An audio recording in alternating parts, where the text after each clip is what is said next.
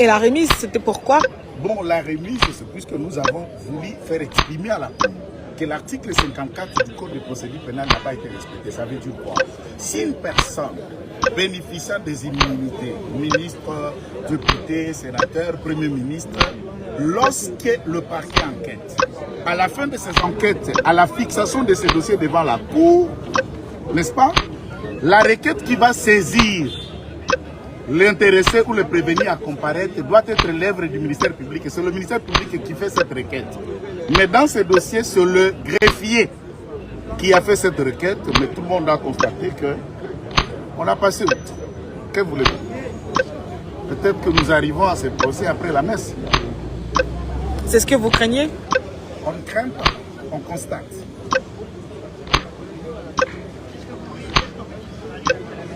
Je ne sais pas. La messe, vous savez, quand vous arrivez en retard, la messe, tout a été dit. Vous ne pouvez que dire Amen. Vous êtes dans le procès Si d'intention? on nous amène, nous dirons Amen et l'opinion constatera. Ce procès, il n'y a rien de droit. Tout est politique. Tout est politique. Lorsque, par exemple, vous êtes là, l'on vous parle d'un fonds destiné aux victimes. Entre-temps, on vous dit, c'est le ministère public qui parle, l'argent que la République démocratique du Congo aurait gagné au cours d'un procès contre l'Ouganda. La RDC a saisi la justice, la RDC a gagné le procès, il a gagné de l'argent. Et cet argent va dans ses caisses. Vous avez une référence quand les victimes ont saisi la justice pour gagner de l'argent contre l'Ouganda? Quelle victime qui a saisi la justice? L'argent des victimes de la RDC. Nous avons combien de fonds ici? FONAREV, fonds pour la promotion de l'industrie, fonds pour la promotion culturelle, fonds pour la promotion d'entrepreneuriat des jeunes, fonds de tout ce que vous voulez. Et quand l'argent sort, vous pouvez aller dans la caisse de la République démocratique du Congo, vous me dites je vais soutirer $1000 de cobalt. Et vous trouverez là, on a écrit ces $1000, c'est pour le cobalt. Voilà, la paix a changé les camps. Paul Kagame est en plaire. Donald Trump vient de réagir à travers les Nations Unies. Qu'est-ce qui se passe au juste au sein de notre République démocratique du Congo? Mboka mbote na bino bisika nyonso bozali bino o wapi bozali ba internaute o bolandaka biso tango nyonso toyaka kopesa bino ba actualité o eza koleka na kati ya République démocratique du Congo. Nini tokolobela na mokona biso ya lelo concernant les actualités de l'ère o eza kopase na kati ya nation na biso. Mboka toko simba étape ya liboso o tolobeli wapi la paix a changé les camps. Mais c'est Paul Kagame abandi kolela et Donald Trump vient de réagir. Mais comment Donald Trump a eu qu'on réagir? Na ko expliquer na biso na kati ya émission oyo. Moko ya litono mususu o toko partager entre ngai na bino tokolela pe na tina ya o ezali kolela ya bananga précisément na Doha. Posi ya bananga ezali nini o bango babongisi na kati ya makambo. Pe tokoya kolobela lolenge nini o wapi Kabila bandi kowangana appartenance na ye na kati ya AFC M23 mais rapport ya Nations Unies euti kobima. Et puis pour na biso ya suka e lokola mine tokolobela interpellation à Jacques Kabula o azali gouverneur ya Okatanga précisément na Kinshasa. Bana mboka dès que to banda eloko na osenga na bino bo like bo commenter vous partagez massivement sur toutes les chaînes. Oh, wapi bomoni elongi na biso oyo. Bana mboka. Pourquoi Kagame aleli? Bande ko bouti komona Kagame a message déjà kozala impoli to comprendre ngo. Auti ko finga président Tshisekedi.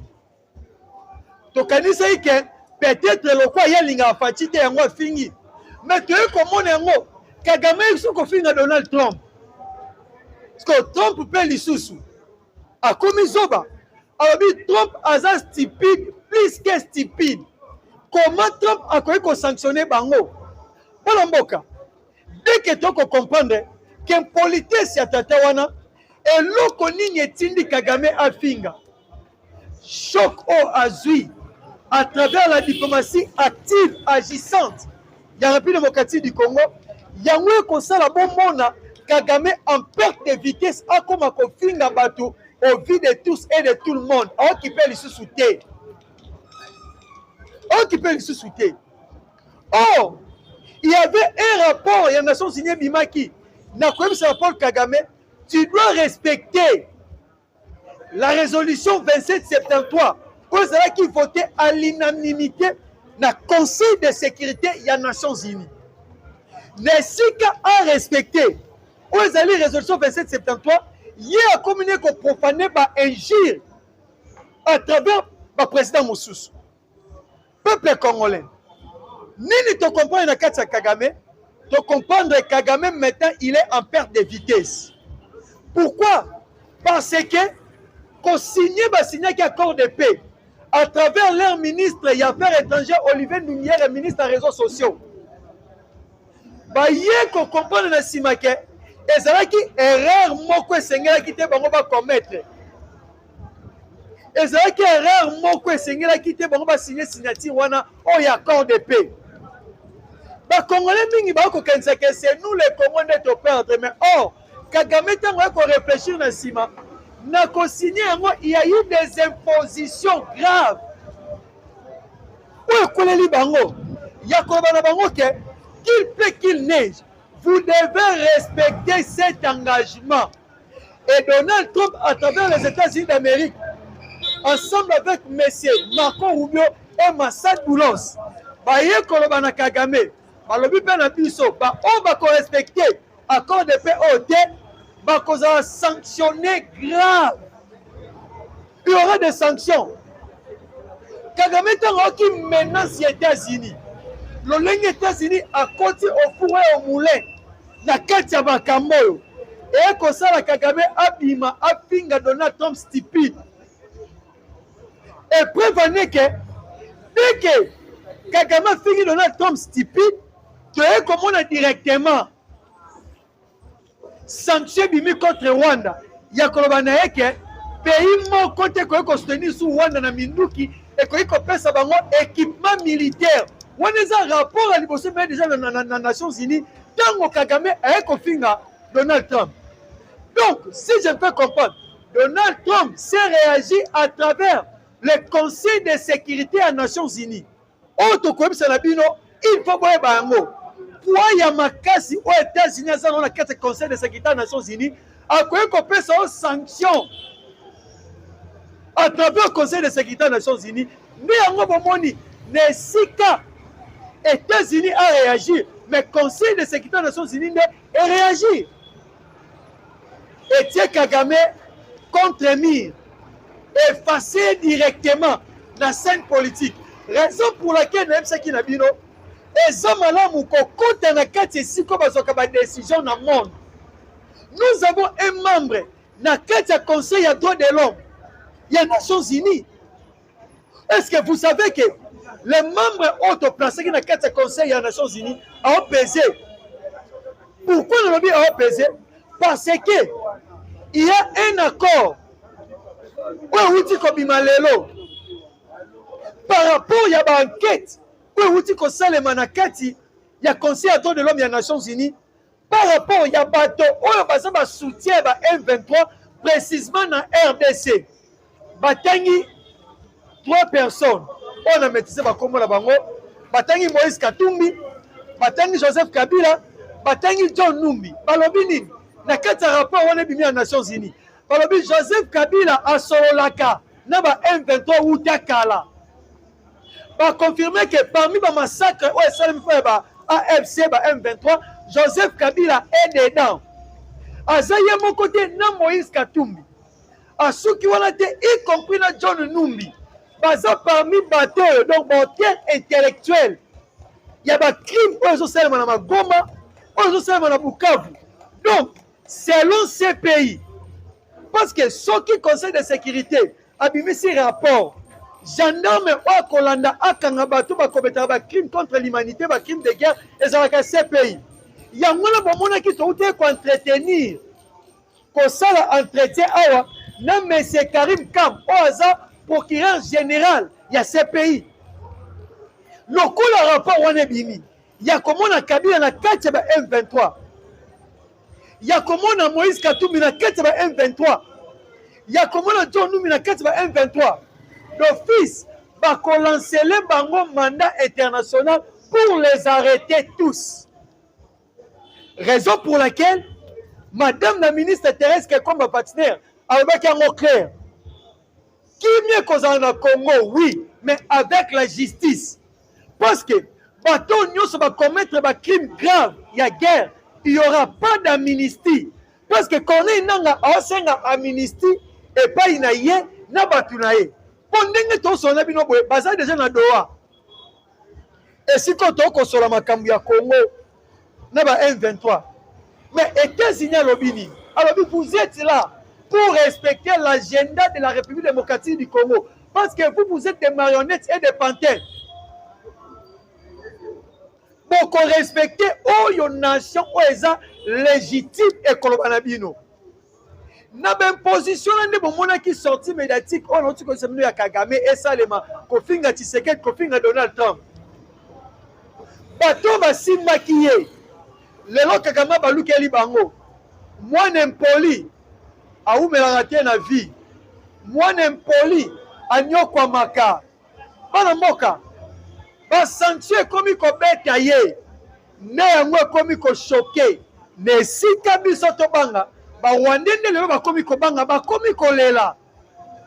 Oh sanction contre Kabarebe. Sanction contre Willy Ngoma. Sanction contre Nini. Sanction. Donald Trump est stupide. Plus que stupide. Eh, Kagame. Ok, qu'on va donner Trump à ça fou. Bah, tu bâtis on a pouvoir. C'est de là que j'ai vite compris que Makambo a changé les lots. La paix a changé le camp. Bah, moi, je vais funda biso. Bah, RDC a pour ça qu'il y a déployé plusieurs militaires dans la ligne de front. Parce que na kati ya Uvira, plus de 30 000 militaires au Kitakaka. Plus loin encore, tous ces militaires-là, baza ba militaires oyo, baza na molimo ya corruption te, baza militaire o makiya na bango zana nous frère Yakobunda, ainsi que na ba officier na bango o ba ko commander ba opération, ezaba o boyebi kalaté ba vivra na est wana. Donc gouvernement congolais à travers le ministère de la Défense et changer makambo na lolenge nyonso. Et changer makambo na lolenge nyonso.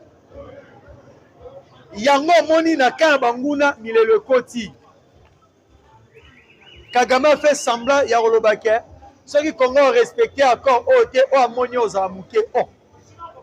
3 ans et demi au kokolo la Tshisekedi te. Mobutu sala qui 7 mois Kinshasa. Mouzé 3 ans pour mieux pas Tshisekedi au koki. Depuis 2021, Bobanda Makambo. Mais aujourd'hui c'est clair. Pour vous prouver que les Congo ezande na raison.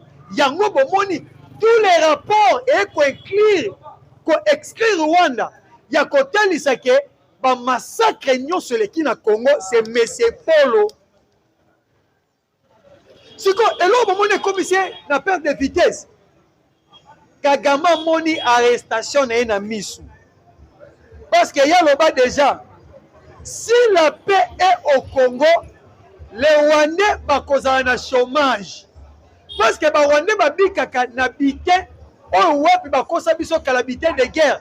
Basungaka Kabila, basungaka Mouzé, il faut qu'on foute à bango. Mais dès que le président Tshisekedi a commis à comprendre l'Union, a capté tous les sources. Oh, 66 millions à confondre avec Rwandais, pas question. Le peuple congolais souffre, il y a 66 millions au foot à l'armée rwandaise. Mais aujourd'hui, Makamonios est collecté et puis paix au Bomoni. La paix doit s'imposer, même par la guerre, même par la diplomatie. La paix doit s'imposer.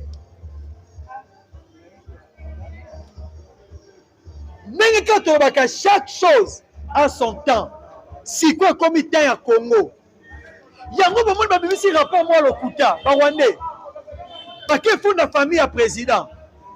Précisément la Belgique. À travers monsieur Alberto. Ce qui est Rigobert. Mais c'est moi qui ai fondé la famille à président Azanan. Mais c'est un avocat. Avocat à travers Kanaba Kabila, à travers Kanaba Kagame. Yende mutu aza parmi batoyo balekaka na plusieurs plateaux pona koya koboya oyo eza génocide rwandais.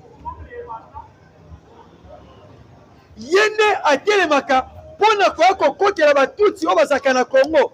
Ok, à plusieurs reprises toyebisaka na biso botala précisément plusieurs populations bana na kati ya Kinshasa, parce que Kinshasa eza ko représenter ba ethnie nyonso ba tribu nyonso ezalaka na Congo ezalaka pe awa. Botala biso si réellement il y a des Tutsi oyo bavivaka na kati ya Congo awa. Bana mboka yango naosenga na ingénieur Jérémy à côté la biso pe caméra oyo ya marque. C'est très important. Bandeko, eza na ethnie moko te, ndeko Jérémy. Oya batuti ezalaka na Congo. Ezalaka te. Nous les Congolais, nous sommes des Bantous.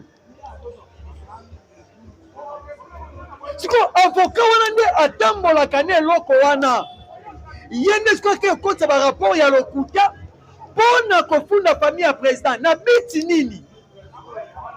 Peuple congolais, na minute bamoni Kagame ndenge aza wana bazoluka bamoyen nyonso ya koluka koéchappe na entérinement ya accord de paix, parce que oyo etikali yango wana na États-Unis to président okende asala biloko mibale: entérinement ya accord de paix et deuxièmement ekozala siko signature ya accord minerai et sécurité na kosalama na yango kozonga na ye nde gouvernement d'union nationale ekokota. Mais avant gouvernement d'union nationale ekota akobenga bana mboka nyonso à condition ozala moto à participer à un mouvement insurrectionnel comme le M23, comme l'AFC, ainsi que les groupes rebelles. Oh, boy, déposer Minduki. Mais oh, nyonso asimi Minduki te pour que les Congolais, président Kobengi Sabango, après si bango vision, atalisi bango, le lengeni amené diplomatie na ye, le lengeni tokoye banako exercer accord minerai et sécurité, autre ça n'a pas américain. Nelo kokosele mayangwana. Mais ce que bomona, ce bomonyo, faille le continent gouvernement boka moitié. Eza pona ko développer mboka. Bomonyo mosuta continent gouvernement boka moitié. Eza pona ko tonga mboka parce que à travers ba makelele kondongwana, mais ainsi comme monguna profiter kokota.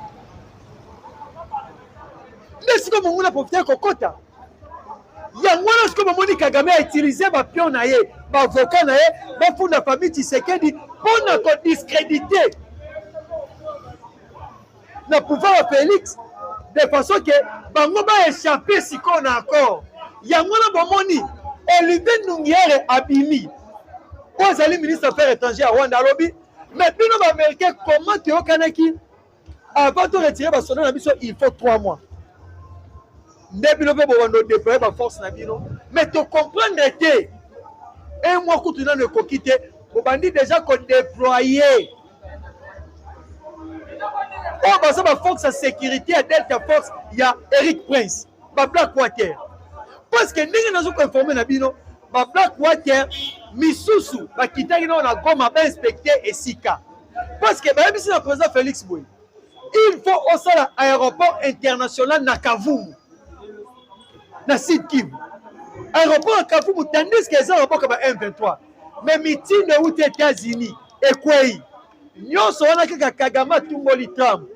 Dans la Tumboli Trump, Trump a dit que comme une décision pour l'accès que je suis le président le plus fort du monde.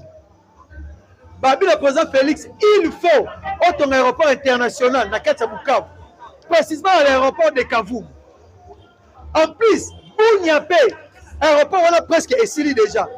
Et comme aéroport international, Moutana Bounia Sol n'a qu'un dépôt directement à Zupe pour Asseni. Et qu'il y a un poteau. Alors, il y a sous par Kinshasa, par Lubumbashi, ainsi que dans Lola Baté, parce que Lola a un aéroport international. Donc, mais si quand on a autonomie Moukana, pour cambier mon conseil, ezaya kokomisa Congo bisika nyonso ezala bisiko bakomi ko rendre ngo visite ezala te loko tuzala kala mutauta bune bakende poto soit pas débrouiller na nzela Uganda akende Rwanda akende se wapi mais lelo oyo bati yango directement batia yango directement baprovince presque nyonso ekoma na baéroport international lolenge moko mpe bakoluka espace na Congo central. C'est ça, chose vraie. Oh, madame Ouessalem. Si on a qu'à Eric Prince wana, on a faute, on a sécurisé la République démocratique du Congo ainsi que les gisements américains on se retrouver awa. Ba déployer bango wapi, déploiement na bango balobi et causant na tous les 9 frontières de la République démocratique du Congo. Et si comme on qui va Rwanda va déclarer pe baleli. Pe baleli. C'est vraiment un mboka. Baleli. Balobi, tu as qui 3 mois. Mais les lobbies vont déployer militaires en Dengeni. Parce qu'ils ont compris. Ils ont compris. Vitesse aux États-Unis, il y a un ango. Et ça, le lengo va meka été koyo kanela. Yangwana te lobby boye. Bon mboka. La peur a déjà changé le camp. Makambo eko bongwana. Le lengo esengele bongwana.